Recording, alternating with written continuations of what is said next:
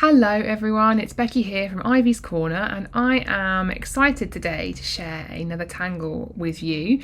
The tangle I'm going to share with you today is one that I have deconstructed. It is called Caduceus and I am really excited to share it with you.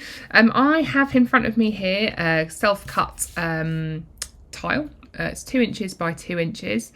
And I'm going to get straight into it and show you my tangle. So I created this tangle, I sort of came up with it while I was completing Project Pack 19. And in one of the videos in Project Pack 19, we're encouraged to draw Marasu and to have it kind of winding around in the background of that template. And I placed it on a bit of a whim, sort of wrapping, I drew it as if it was wrapping around one of the string lines. And that is where I came up with the idea for this pattern. So let's get into it. I've got my micron, my pencil and my tortillon here. I'm going to move my pencil and tortillon to one side for the moment and dive straight in with my pen. So Caduceus is a really fun tangle that can be used as sort of like a border or on its own. And you can kind of adapt it and embellish it however you want to. So I will show you how to draw it. So I begin drawing Caduceus by creating a C shape that kind of turns, it's a large C shape that turns into an S curve, but with a smaller end than it begins with, if that makes sense. So I'm going to start here, I'm going to do a large C curve and then come round into a small, end in a small S curve this way. And then I'm going to aura that, but this time with a small curve on this side. So begin with a small C curve and then turn it into a large S curve, if that makes sense. So from here, small curve here, auraing the line I just drew, and then ending in a large curve at the other end, like this. And then I'm going to imagine, so there's going to be like a kind of column down the centre, but I'm going to imagine that I'm breaking a little holly boring beneath that line. And then beginning where this smaller curve ends, I'm going to start again and draw my large curve. So roughly here, a large curve ending in a small curve. Just restate that, my micron's a little bit coming to the end of its life. And then another small curve to aura, coming round into a large curve here. And so that's kind of the basic pattern. I'm going to then place lines down the centre kind of column. So a line here, and a line here and here, and then the same along here. So we're basically just hollow boring this kind of column in here, and then you can just touch up these ends if needed. And that is the basic pattern. Obviously then you can take this one off here or here, or you could make it then go off into another curve around either end. So that is your basic pattern. And let me show you quickly how I would go about shading it. So I'm not going to do any embellishments on this one, but obviously you could add any kind of embellishment you want to this kind of snake-like element, or even to this, you know, the column-like element in the centre. Both of those look really effective. But I'll just show you some basic shading. Obviously there's plenty of sort of drawing behind here, and that's a good place to start when it comes to shading. I'm placing this one behind, you know, where this snake-like thing disappears behind that central column, and then here also, and here. So that's kind of an obvious place to begin with the shading. And then I know we don't usually think about light sources in Zentangle, but I do think it's kind of sometimes quite a nice effective way of shading, just to add a little bit of directional shade. So a little bit here, and I'm going to put a touch either side of my central column also. So there's lots of options, and I'm going to just start by softening this column section. So I'm just shading either side of that central column to make it kind of appear rounded, but leaving that highlight in the centre there.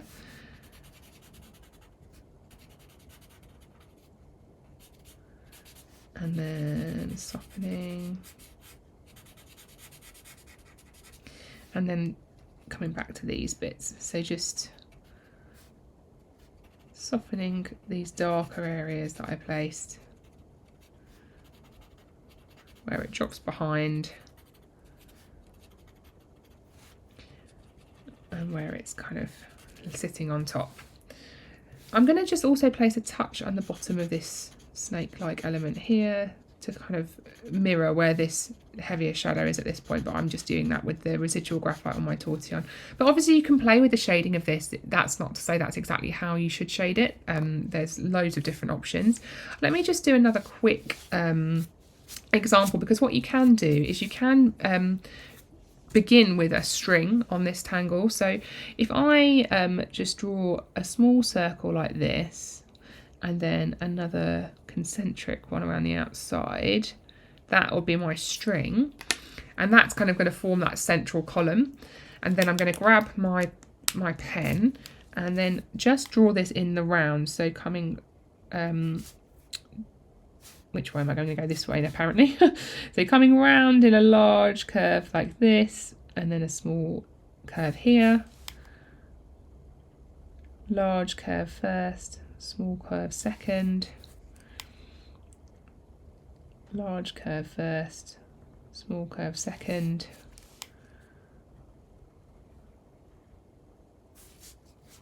And that's gonna, let's just say that matches up like that. Maybe I'll fit one more in here.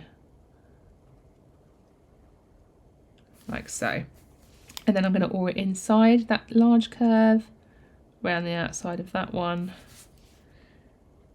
Here, around the outside.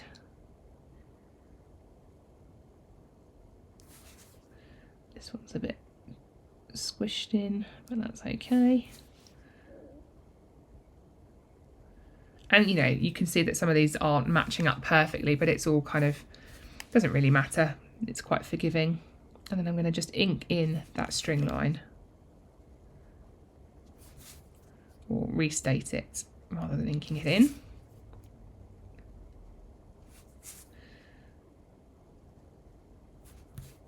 And then the inside portion, just taking care not to draw over any of these lines that I've placed.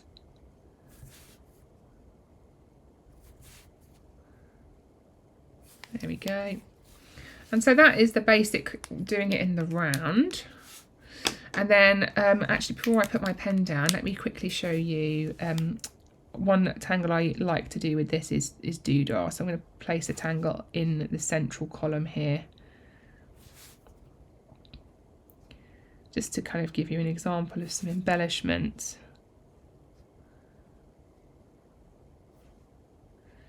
Doodah is always a nice one to have a play with, I think. It's quite simple, but very effective.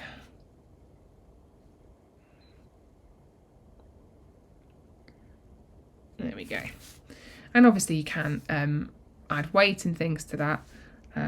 Just add a little bit of weighting on here. Just doing a quick example of how it works. It's nice to place that string line down, I think, because it just gives you that kind of structure to where the lines are going, so that you can kind of keep things nice and sort of equal, equidistant. But you could make that central column like a you know, rather than a circle or a straight line, you could make it into a kind of curved line. That would look really effective too. So many options.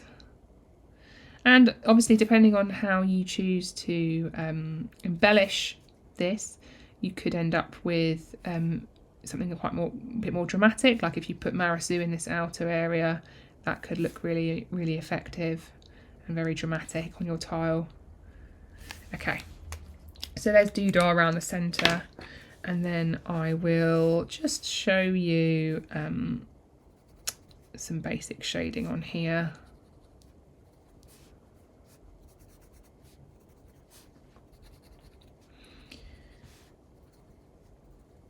There we go, and then a little bit around the end of here. I'm going to focus this shading more on that central column, or central ring in this case, I suppose.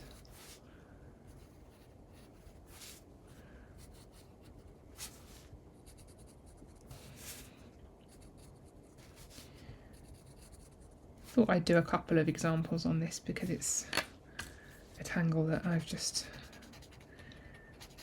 put together. Obviously, you know, I'm sure there are plenty of tangles with very, very similar deconstructions, or possibly even the same, and I just haven't spotted it in the tangle sphere yet, the tangle verse. So if you know that it exists already and it's already got another name, then please let me know, because I don't want anyone to think that I'm pinching this off of anyone. It's completely possible that someone else has already deconstructed something in a very similar way or the same way, so I don't want to assume that it's me that's invented this at all. And there you go. A couple of examples of Caduceus or Caduceus. I hope you really liked that. I'd love to see you using it in your own tangles and tiles. So please do tag me on social media, or I'm on @ivies_corner_arts. Comment on here, send me an email, just reach out and let me know how you get on with it. I'd love to see what you create. Don't forget to like and subscribe, and I will see you in the next video.